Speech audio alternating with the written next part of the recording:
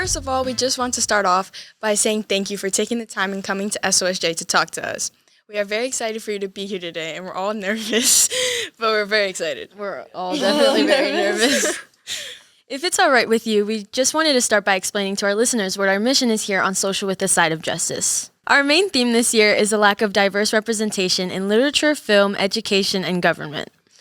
Our goal for this podcast is to bring awareness to this issue and also highlight those individuals who are fighting to bring more representation into their respective fields. During our first 2 episodes, we focused on representation in the film industry, and on today's episode, we'll be shifting gears to focusing on government representation. Today, we have been given an amazing opportunity to sit down with New Jersey State Senator Gopal. Again, thank you so much for taking the time to join us. It's great to be with you guys. Yeah. Thank you. With that, if you don't mind, we're going to start off with the questions. Where did you grow up? I grew up in Freehold Township. Not very far from here, actually. Not very far. I was born in Neptune, grew up in Freehold, went out to college in Pennsylvania, and then came back to Long Branch. Nice. Nice. And with growing up in Freehold, how do you describe your family and your upbringing? I grew up in an immigrant household. My parents both came from southern India in the early 1970s.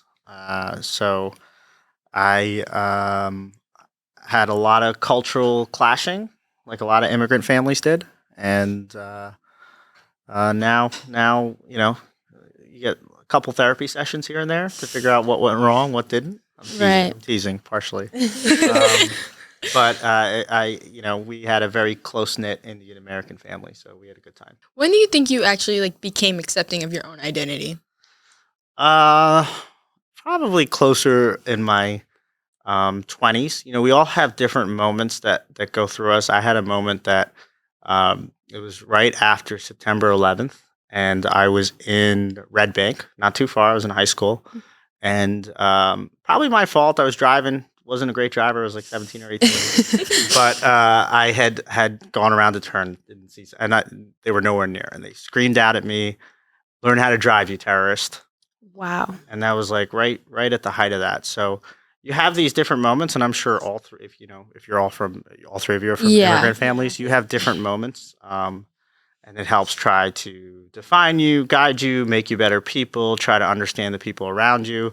And I think that moment taught me to kind of look at my own implicit biases, like how I view other people, how I view other ethnicities, other folks, and try to understand their world experiences and what they're going through, and how I can be a better person so I don't judge them. Right. It's almost like cultural empathy. Yeah. That's something that we learned in class. It's where we have to be able to respect where other people come from instead of just judging. Yeah, and sometimes you have your own insecurities, so you're guarded, and it doesn't all come out healthy. So I think being self-aware is important. One of the things we're doing in the Senate is doing implicit bias training for physicians, for police officers. And when I meet with police officers and I work really closely with them, I say, listen, you're doing an incredible job. You're out there. You have a gun on you. You don't know what's coming at you. Right. But there's nothing wrong with acknowledging that you might have an implicit bias. There's nothing wrong with that because of your upbringing. It doesn't make anyone bad people. I remember my grandparents would say things about other religions that didn't make them bad people, but you have implicit biases, and if you're not self-aware of those implicit biases, it becomes harder to try to make positive influences around you. So I think that part of growing up in an immigrant family and seeing some of those and trying to be self-aware, I think has really helped me. Right. And talking about high school, how would you describe high school growing up? Was it a diverse school? Yeah, high school was diverse, and college was even more diverse. I went to Penn State in Pennsylvania. It was a really large university, and both were diverse. I went to a private high school, which was very diverse here. And Freehold Township at the time was starting to get diverse. My Senate district actually does not have a lot of South Asians, Indians. I think it's 5, me and a couple others. I don't even know if they voted for me, but it was a very small group. But it's about 80% white in Monmouth County in my district. So I do have a significant Portuguese population here in Long Branch, Brazilian population, the Black population in Asbury, Neptune. But it's mostly Italian, Irish. So it's it's Monmouth County is not as diverse as other places, but it's starting to become more diverse. Yeah. Yeah. That's a great thing because in Long Branch we are really diverse and we get to see that almost every day, including in our own school. It's like nice that we can like see different cultures and like be able to like experience it. Right. Um, what do you think the benefit is going to a diverse school? Oh, it's incredible. You get to learn more about yourself. You get to learn about what other people are. You get to learn that all life experiences are okay, all worldviews are okay, and to try to find shared experiences. I think that's probably the healthiest. My friendships growing up of different cultures and religions probably taught me more than those that I have in the same. I grew up in a Hindu household. There weren't a lot of Hindus, still aren't in here. I got married in a Hindu temple. My wife is Catholic, so I got to experience a lot growing up that helped me later in life. And talking about private school, we did a little research. You went to Randy, right? Yep, Denton Falls. What factors influence you to choose to go to private school? At the time when I was in Freehold, the school was not that great there. So my parents, I didn't have a great experience in some of my lower grades. I wasn't a great student, so I had opportunities, and I'm really fortunate. It was a good 4 years. I did. It was smaller, and I didn't always do as well there. I did better when I was in college because it was a larger environment. Right. But I had trouble. A lot of things I had trouble with growing up. I definitely should have been diagnosed for ADD. I should have been diagnosed for a bunch of stuff. It just didn't happen. It didn't connect. I could read something 3-4 times. It wouldn't click with me. I could try a math problem over and over. It wouldn't click with me. So I think those type of things, going to a smaller school definitely helped me. Right. And at least try to help me out of some of those things. And how did like experiences in Randy like shape you as a person?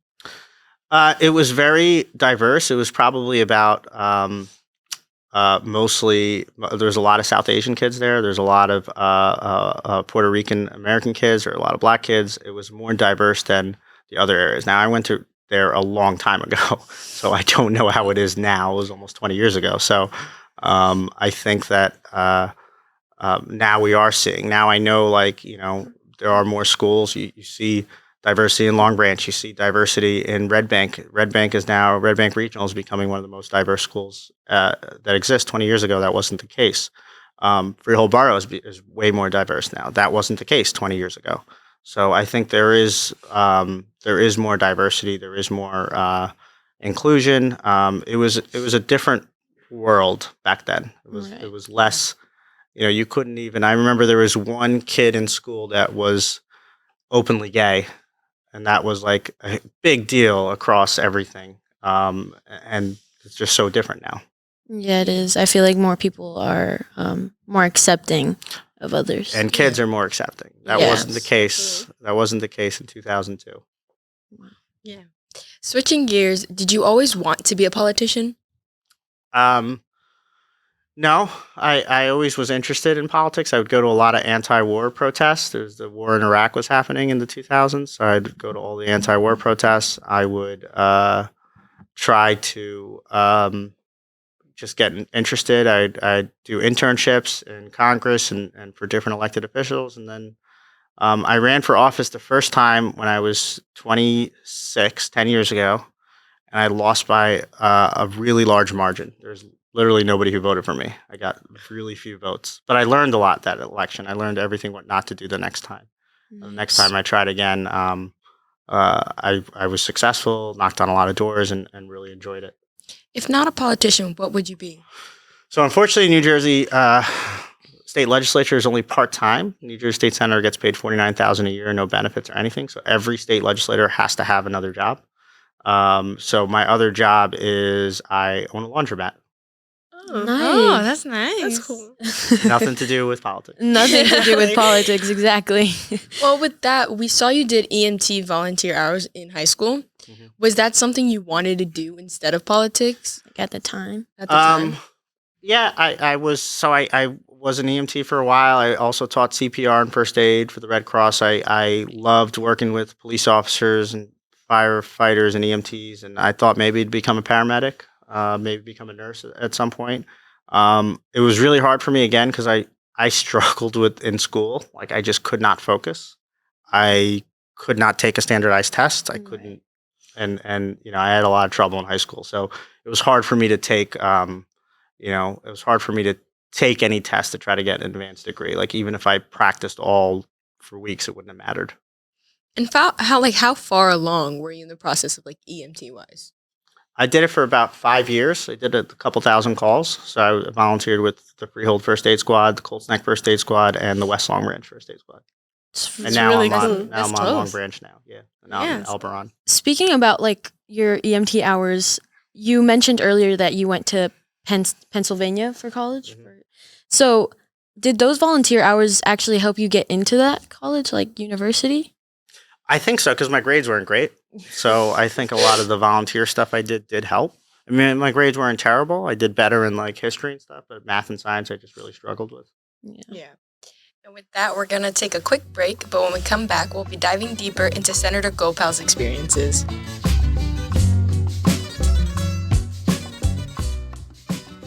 Welcome back to Social with the Side of Justice. Again, we are here today with New Jersey State Senator Vin Gopal.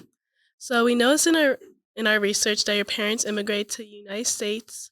So we're actually all children of immigrant parents. And based on their experience, do you think they had specific expectations for you in terms of your career? Yeah, they wanted me to be a doctor or a business person. A lot of South Asian families at the time, still to this day, own Dunkin' Donuts, 7-Elevens. That's just the stereotype. Yeah. So that, or Taco Bells or things like that. So that's what they wanted. It didn't work out that way. I think they're okay now, but my dad grew up in a part of southern India where he had to wait on a food line every Friday to get food. So his worldview was always he just wanted his kids to have a better life than he did. Yeah, I feel like, well, we can all relate to that just because, like, my parents personally, like, they came over here because they want a better life for their children, which is me, and they want me to be, like, first generation, finish high school, and then go to college, do something better than what me and your dad do. I think that goes for mostly, like, everyone that's here.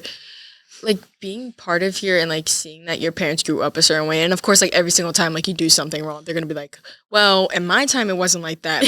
But, like, seeing, like, that and, like, when you graduate and when you're crossing the stage, like, you're finally proud of yourself because you're doing something and it's for the better of them, Mm-hmm. So I feel, like, really proud.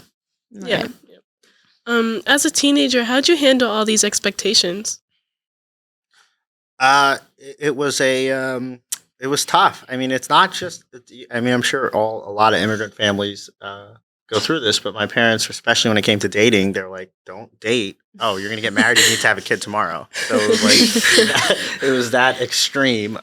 Focus on school. They didn't really understand, and it's not. They just wanted what was best for me. They didn't understand sports or music or art or the other areas because it didn't go towards economic security. Right. So talking about sports, did you play any? I did. I wasn't great. I played baseball, played basketball. Oh, okay. Yeah, I'll go a little, not 6 feet, like 5'11".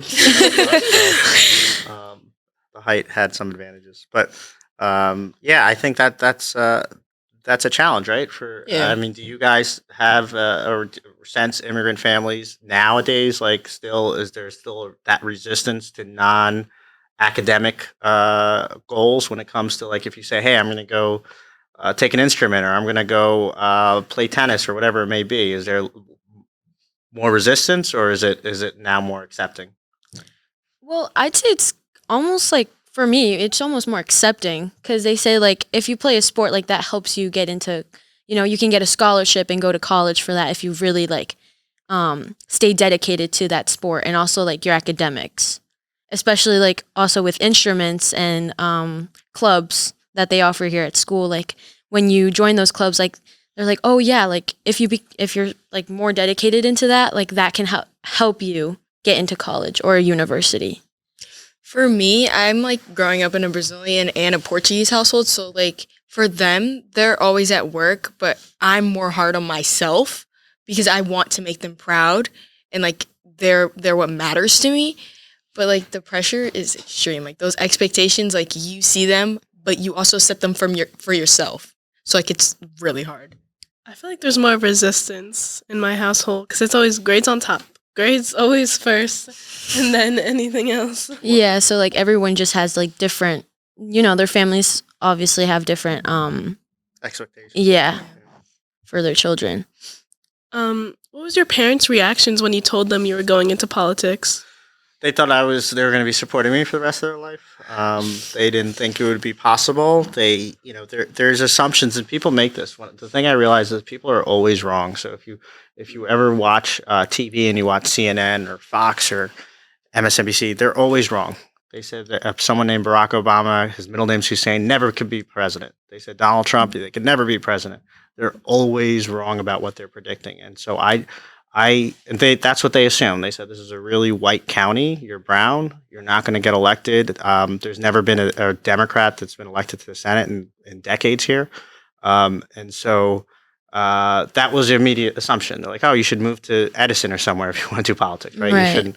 So, I don't think it came from like a bad place. It's just like again the economic security. Like you're going to work jobs and do other things while you're doing this.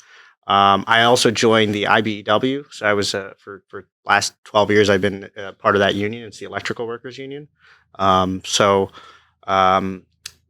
That gave me some kind of security with that, so that helped. But I think that was their initial reaction. It's more just the fear of the unknown. Right. Yeah. That's like almost like all parents, like they just want what's best for you and they don't want you to like feel down or anyone push you down, even though there's always someone who's going to be doubting you. Yeah. What's the process of becoming a senator? Like the background experience you need, the step-by-step? Legally, you have to be 30 years old. That's it. And then you run, and then you get 200 signatures to get on the ballot. Anybody can run. I ran against an incumbent who was in office for a while, and I just literally every day after work at 4 o'clock just knocked on doors till about 7:30, 8 o'clock. Wow. Probably hit about 10, 11,000 doors, and it somehow worked. That's amazing. That is amazing. That's Got a lot of steps in. I didn't have the thing back then, though. So did you need a degree in government? No, the former Senate President, Steve Sweeney, is a ironworker, high school degree. Former Speaker, Vincent Prieto, is a high school degree. You don't need it. You don't need any, I mean, I'm sure it helps.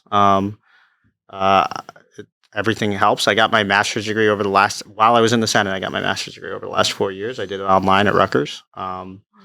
And so I think it's up to people vote. It's a democratic representation. They'll judge the people on there, and they'll judge what they have to say, and then vote. And oftentimes they'll vote for folks that may not have a college degree. Maybe they have 6 degrees. Right. Growing up, when you saw politicians, whether you were learning about them in history class or watching them on TV, were there any of them that looked like you? That's a great question. It really is a great question. I don't think anyone's ever asked me that question. No, there was not many. I think there was like one South Asian legislator. I'm the first South Asian in the Senate in New Jersey. So no, there's never been, no. And I didn't see any in Congress. I think it's different now. Now there's about 6 or 7 Indian Americans in Congress. But I had not. So for us, Miss Sizik actually was our history teacher for sophomore year, me and Sammy's, and she made sure, like, in every single class that she taught to have that representation. And for us, it, like, I don't know have you ever watched Boys Meets World? A long time ago. Yeah. Yes, we have a fan. So Miss Sizik, Call it a fan. So for us, Miss Sizik was kind of like Mr. Feeney. Like everything she taught, like had some like. We could like rely on that information to like relate it to our own life. And we also had that representation portion that like we could see ourselves in the history, which is like amazing. Like that's like truly like if you want a teacher, that's what you want, like to have that relatability when you leave to apply that to your own life. Sounds like a pretty good teacher. Yeah. She is one of the best. Do you believe there's enough representation of minority politicians? I think minority politicians generally have harder obstacles. I think more, when we blame people for not voting, it's easy to blame them. But a lot of those folks that are working class families have a lot going on. They got multiple kids. They got 2 jobs. They have a lot going on, and this is not the first priority. Whereas those that are usually more economically secure, it's more of a luxury, and they're able to do it. So I don't. I think there can always be more representation. I think we need to have more representation. I think, unfortunately, I'm an anomaly. There's not too many people that are brown skinned in 80% white districts. I think that, but it also shows that I think people are fine. It's again the fear of the unknown, and I think trying to educate folks about one of the things I do is I meet with every group despite their worldviews. So I have a group that I talk to pretty regularly who are all NRA members. Even though I have sponsored every bill on taking guns off the streets and a whole bunch of things on background checks, and they don't vote for me. They don't probably agree with 99%, but I still try to see their worldview. I learn about them, but there's actually a bunch in Long Branch. And I try to understand where they're coming from. They grew up going hunting in Pennsylvania, where I grew up in a Hindu vegetarian household. Right. So we were just very different worldviews. But I think I try to understand where they're coming from. I try to appreciate where they're coming from. I don't think they're wrong. I try to make them understand that nobody's infringing on their Second Amendment rights, that they have the right to bear arms. But if you have somebody who has a history of domestic violence or abusing dogs, they shouldn't be able to get a gun. And trying to find that conversation. I think the part of having the conversation is really healthy, and often that doesn't happen. You just see people kind of shouting down each other, whether it's on social media or in person, and I think that helps when you get to know the other side a little bit. Right. Do you think this representation is changing? Do I think it's changing? I think it's starting to. I think we're seeing more folks. Seeing more folks get elected. We're seeing more women get elected. We're seeing, New Jersey still is yet to have an openly gay woman ever elected to the New Jersey legislature. That's never happened. I was the first South Asian recently. So you still have a long way, and it does help. If I was in your situation and had a teacher like you guys did, and I got to see some of that growing up, I probably would have helped me in different ways. I mean, unfortunately, the only memory I have from it was like 3rd or 4th grade talking about, and it was a different time, 3rd or 4th grade, they were talking about slavery, and I remember the teacher very specifically saying, well, some slaves were upset that their slave owners, that slavery happened because the slave owners were taking such good care of them. That's the only thing I remember from 4th grade history, which is insane, right? So, yeah. So I think that things are way better now. And the fact that you have teachers now that are showing that understanding every child in the classroom, where they're coming from, and trying to create experiences. So I do think it helps when we see more women elected, more minorities elected, because hopefully there is somebody in that classroom that's looking and say, okay, if that person can do it, then I should be able to do it too. And I think that helps a lot.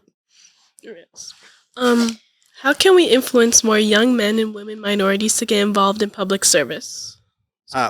Internships are a great way. We have it in our Senate office in Ocean Township. No matter what your political views are, I'm the only Democrat here, but there's 100 other Republicans if that's your political leaning here in Monmouth County.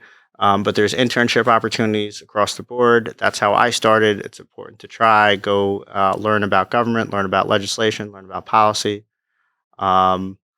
My chief of staff right there, Dais, started as an intern with me, and she's my chief of staff now. So there's a lot of pathways when you start with an internship, if that's what you want to do. Dais is actually, her educational background is in social work, so wasn't politics. It's just, this is what she's interested in now. So everybody has a different pathway on how they get there. But I think internships are always a good first start.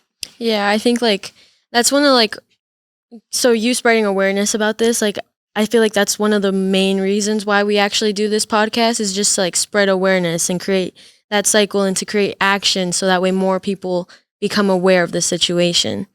Thank you so much. We're just going to take a quick break, but be sure to stay tuned.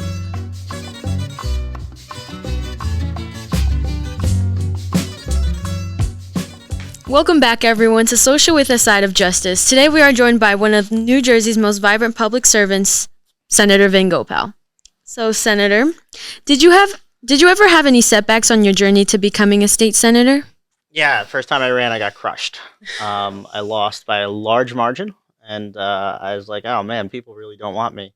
But then it was actually a great learning experience on trying to understand what voters wanted. So that was definitely a big setback. So that, like, how would you say you moved forward from those setbacks? Um, I learned how to engage voters better, how to listen better, how to not talk at them, but talk to them. Try to hear what they're actually going through, and not just assume what they're going through based on some policy brief I read or something I saw online. And I think that helps in trying to actually spend more experiences. I think the opportunity, instead of trying to do things, the first time I ran and I lost, there was, again, a long time ago, it was 10 years ago, there was more newspapers out there, there were more weeklies. The Link Hat used to have a weekly paper. There's a whole bunch of papers out there. And I would try to engage more through that. And that was not easy because you don't really get to know someone. But the second time I did it, 5 years ago, when I knocked on all those doors, I actually got to go into a lot of houses, and a couple bad ones. So one of my worst doors, which I don't think he voted for me, I was walking right up in Neptune City, and the guy said, "A couple more steps up, and the shotgun comes out." I said, "Oh, this is not worth that vote."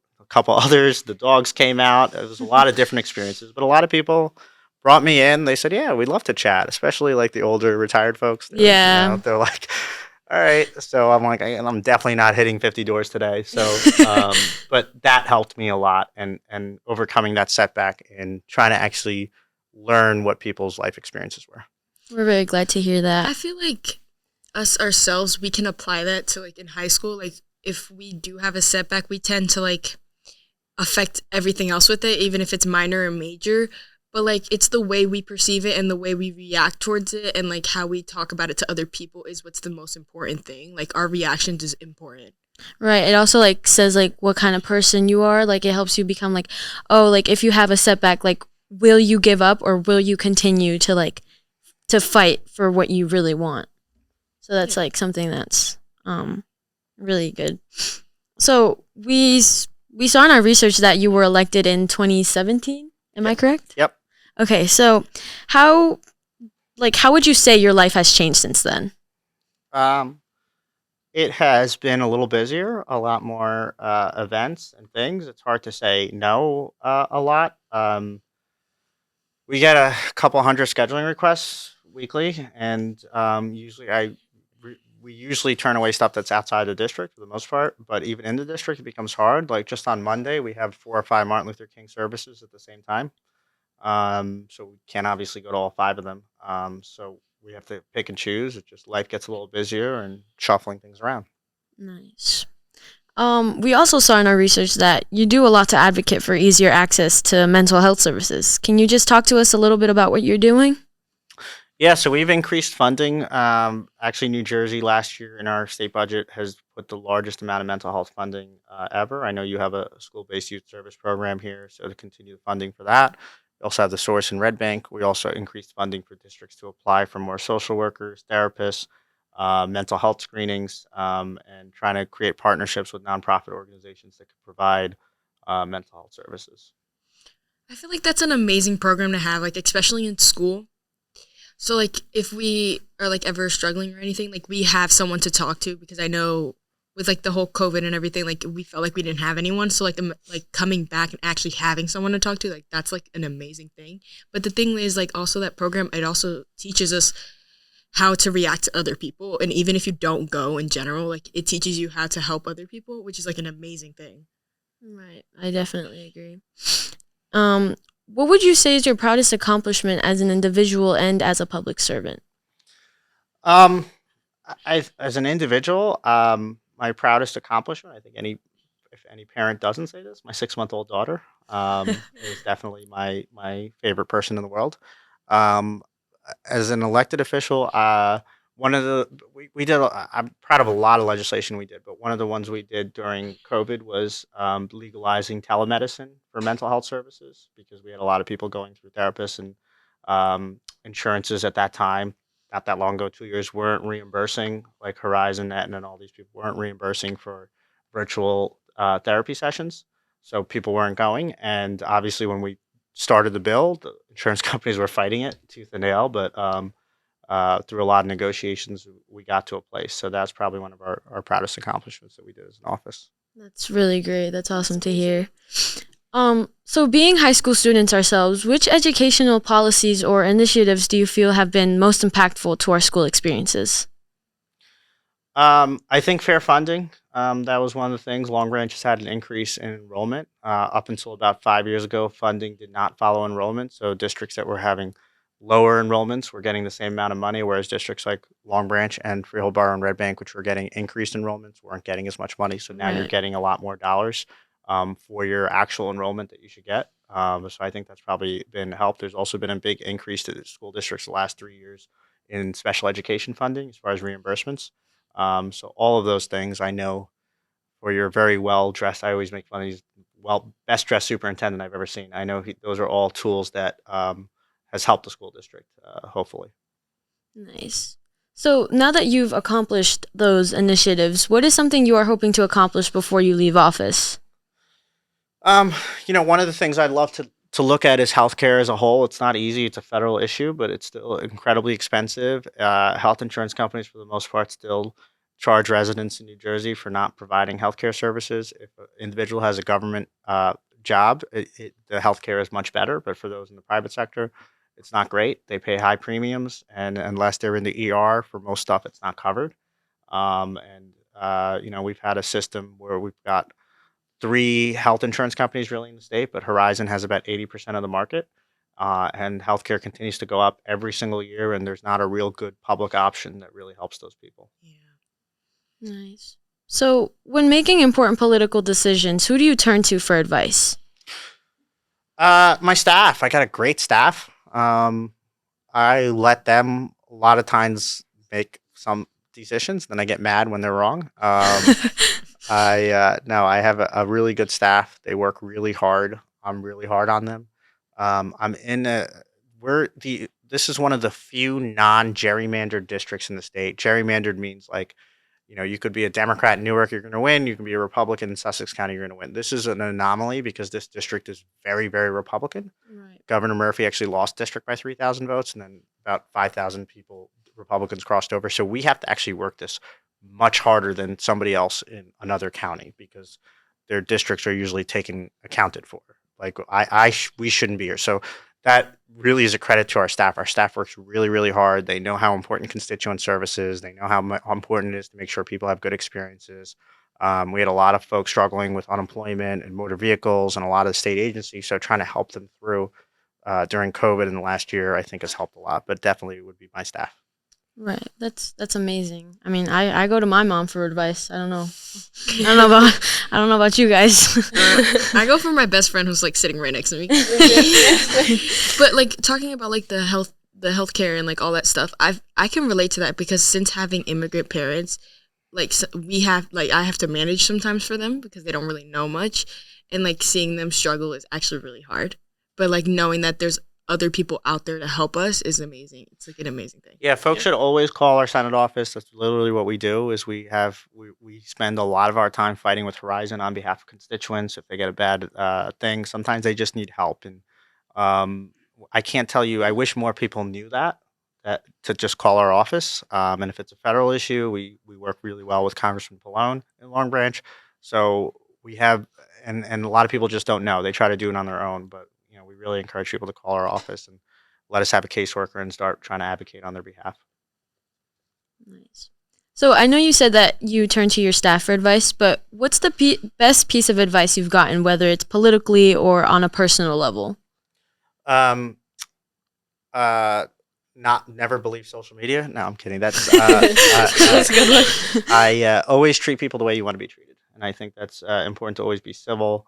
It's always important to know that they're going through tough experiences. You don't know what they're going through. You don't know what life challenge they're going through, but everyone's going through a struggle, and it's important to just and allow people to make mistakes. People are human. Don't jump on them. People are going to make mistakes. That's part of life. The person who doesn't own up to the mistake, that's the situation. That's like mental health space. Cut them off, right? But for the people that are like, yeah, I made a mistake, I think that's a healthy thing, and self-awareness is important. Yeah, I feel like is. that goes to like the best piece of advice that I've gotten, which is like people come and go, but it's like the way you act towards them, because rumors go around and like the way you act towards them is like what shows to everyone else. So like I feel like that's important, like how you react to everyone else is really important. Right. So, who inspired you to be the person you are today? I think it's a combination of people. Definitely, my mom always exemplified empathy to this day, and my dad always exemplified work ethic. My dad feels bad a lot that he like tries to make it up with his granddaughter now. But like I understood he had to work a lot. That was life then, and like so he feels upset that he wasn't there for stuff. And I said I get it. Like I'm not. I don't. I'm. You did what you know, and you did an incredible job, and you made a great living, and I'm not mad that you didn't come to stuff or plays or any of this stuff or school meetings or like it's. I think that both of them, my dad really showed me the importance of work ethic and continues to, and my mom just showed me empathy every way of treating every person with love. Yeah, my mom is the same person. Like Yeah. she's taught us, or she's taught me to really just not focus on more of yourself, but also focus on what others are going through, like you said before. And I really adore her for that. And my dad also, like, he's a very, how do you say, like, a very strong man. Like, he doesn't, like, he tells me, like, whatever anyone says to you, like, don't keep it in your mind. Like, Yeah. get that away from you. Yeah. Yeah. Yeah, same here. I feel like for my parents, like I do sports, like I get home late, and then they're just at work. Like that's their mindset. It's just work, work, work. But like when it gets to like that 7, 8 o'clock, like my mom comes in the room, she asks me how the day went. Like having those conversations are important because the input is great. Like I'm gonna be honest, if it wasn't for her, I don't know where I'm going in life. So like having that input is like an amazing thing. Like it's just like a great relationship. It's just amazing. Right.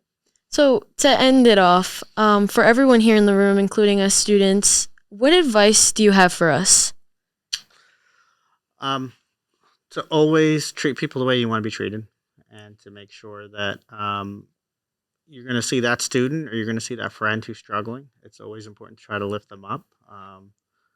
As the core belief of Hinduism is karma, and you want good things all the way around, and that's for me, and that I think that goes for a lot of different religions, right, including Christianity and Islam and Judaism. So I think it's important to treat people the way you want to be treated, and always try to lift them up, especially when they're having a tough day. We definitely agree. We appreciate that very much. Senator, we just want to thank you again for dining with us here at Social with the Side of Justice. We hope you enjoyed your time with us. And before I forget, here's your very own check. Thank